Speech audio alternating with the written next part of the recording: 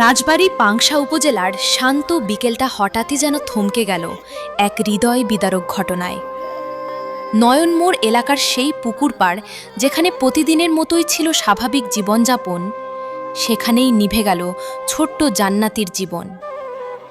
জিন্না আলী খানের আদরের মেয়ে, প্রতিবন্ধী শিশু জান্নাতি।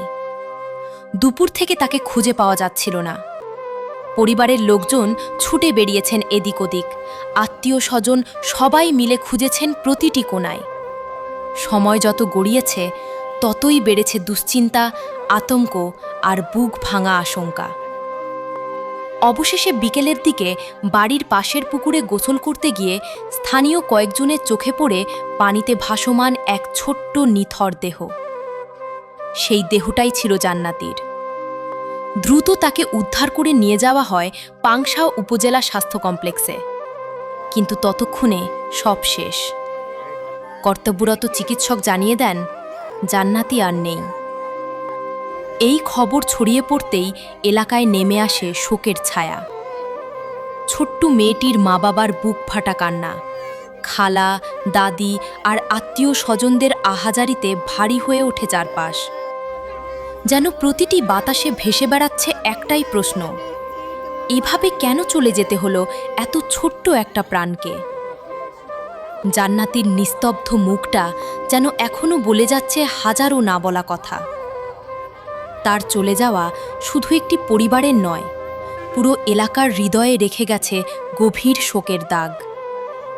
এ যেন এক অপূরণীয় ক্ষতি, এক নির্মম বাস্তবতা যা কেউ মেনে নিতে পারছে না।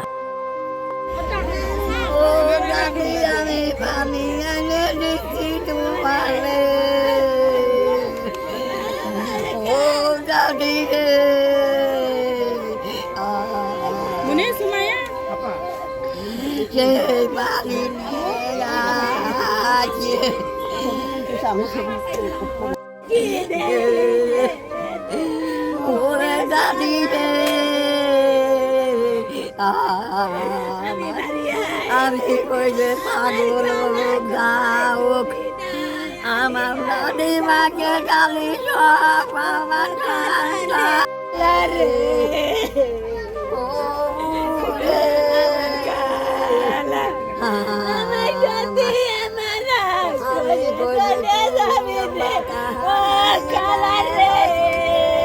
ধরেন এই গোসল করবার গেছে, গোসল করবার দেয়া পানিতে পড়ছে, পানিতে পড়িয়ে ধরেন মারা গেছে। এই আমরা তো ধরেন জানি না, না জানার পরে বাইশতে গোসল করতে গেছে, যা ওই সময় পায়ে বাঁধেছে।